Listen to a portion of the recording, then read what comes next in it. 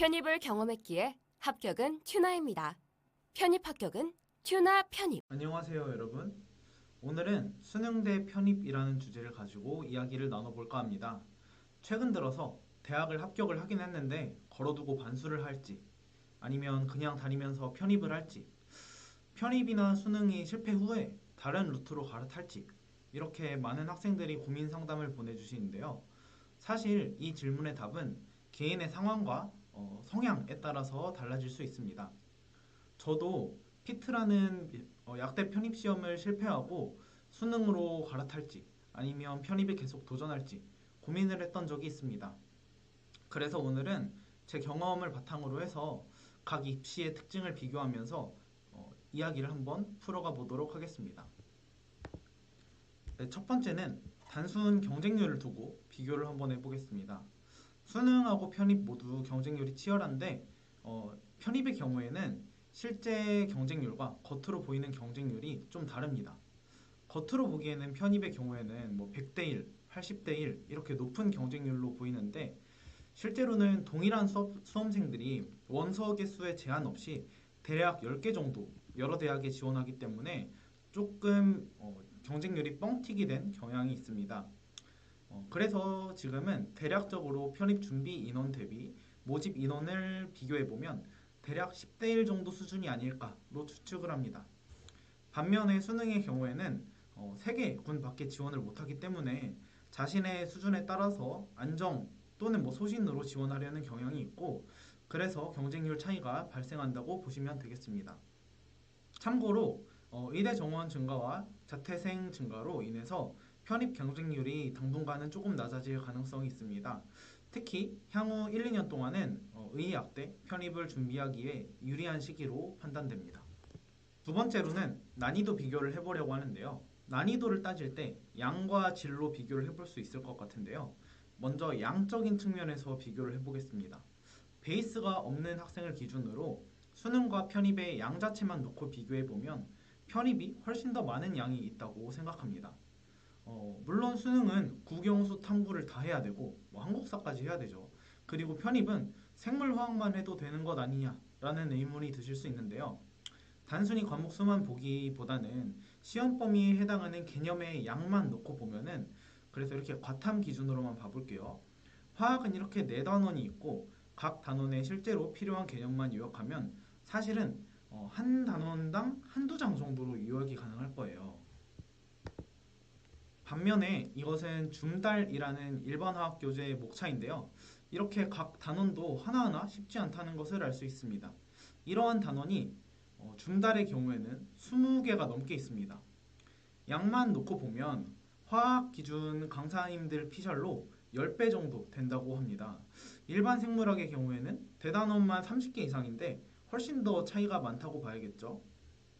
네, 그리고 여기서 끝나면 다행인데 생물화학, 일반 생물학, 일반 화학만 보는 것이 아닙니다.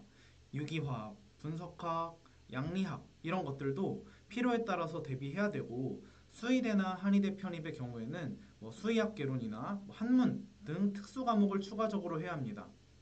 여기서 또 끝이 아니라 편입은 공인영어와 학점관리까지 해야 합니다. 더군다나 이미 최근 3년 이상의 성실히 고등교육과정을 이수를 했다면 수능이 훨씬 더 익숙할 것이고요. 기존의 스카이 사성한 이상의 학벌을 보유하신 분들은 더더욱 쉬울 것입니다. 또한 내신 성적이 우수한 학생들은 편입보다는 수시 최저를 노리는 것이 효율적이라고 생각할 수 있습니다.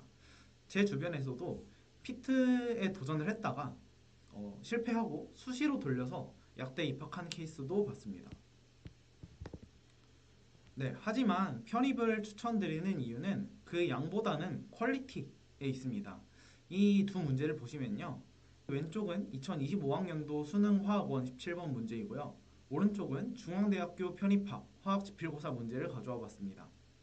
문제를 보시면 물론 중앙대 이 오른쪽 문제는 조금 쉬운 편에 해당하는 문제이긴 해요. 근데 수능은 점점 개념을 묻기보다는 제 생각에는 IQ 테스트 쪽으로 방향성이 모아지고 있는 것 같습니다. 그리고 이 2025학년도 화학 원만 보면 1등급 컷이 만점을 찍은 걸로 알고 있거든요. 그래서 과탐 선택은 이제 점점 난이도도 높아지고 있고 표본수에서도 매우 밀리고 있다고 볼 수 있습니다. 반면에 편입화학의 경우에는 일부 학교는 피트처럼 추론형 문제가 길게 나오긴 하지만 대체로 지식형의 짧은 지문에 간단한 문제가 나오는 경향이 있습니다. 그래서 조금 조심스럽지만 재능보다는 노력으로 커버될 가능성은 편입이 조금 더 크다고 생각합니다. 네, 다음으로는 리스크 관리인데요. 수능 시험의 리스크 요인으로는 여러 가지를 생각해 볼 수 있는데 N수의 비율이 점점 심해지고 있다는 것과 입시 요강의 대폭 변화입니다. 수능 시험의 경우에는 또 하루 만에 모든 것이 결정되기 때문에 컨디션 등의 요인도 중요한데 만약 몇 년 안에 합격하지 못한다면 리스크가 매우 커진다고 볼 수 있습니다. 반면에 편입시험은 공부가 추론형보다는 지식형이기 때문에 N수를 해도 공부 내용이 조금 누적된다는 측면이 있고 앞서 말씀드렸듯이 원서 개수에 제한이 없기 때문에 여러 번의 시험을 볼 수 있습니다. 그래서 탈범위가 나오거나 컨디션 난조가 있거나 그렇더라도 여러 번의 시험을 통해서 운적인 리스크를 줄일 수 있습니다. 또한 압도적인 스펙이나 재능을 가진 경쟁자가 제 생각에는 이미 수능이나 다른 입시를 거쳐서 빠져나간 형태의 시험이 편입이라고 생각하거든요. 그래서 경쟁률이 어마무시하더라도 수능과 달리 상대평가보다는 편입은 내가 일정 수준 이상만 되면 합격한다 라는 마음가짐으로 절대평가식으로 접근해야 합니다. 네, 그래서 정리해 보겠습니다. 수능과 편입 중에 어떤 것이 더 적합한지는 본인의 스타일과 목표에 따라서 이렇게 달라질 수 있는데요. 하나만 살펴보면 시험 한 방에 결정되는 게 마음 편하다. 이런 경우에는 수능을 쓰는 것이 더 적절할 것이고요. 그리고 내신이나 학종 등 성실성이 요구되는 그런 평가에 강하다. 성실함이 자기의 강점이다. 라고 하시는 분은 편입에 도전하시는 것이 좋은 선택지가 될 수 있습니다. 수능과 편입 모두 이렇게 각자 장단점이 있고 본인의 상황에 따라서 최적의 선택을 하시면 되겠습니다. 그래도 고민이 되신다면 댓글로 남겨주시거나 저희 채널로 상담 문의 주시면 되고요. 이번 영상이 여러분들의 고민을 해결하는데 조금이나마 도움이 되셨길 바라면서 다음에도 유익한 영상으로 찾아뵙도록 하겠습니다. 감사합니다.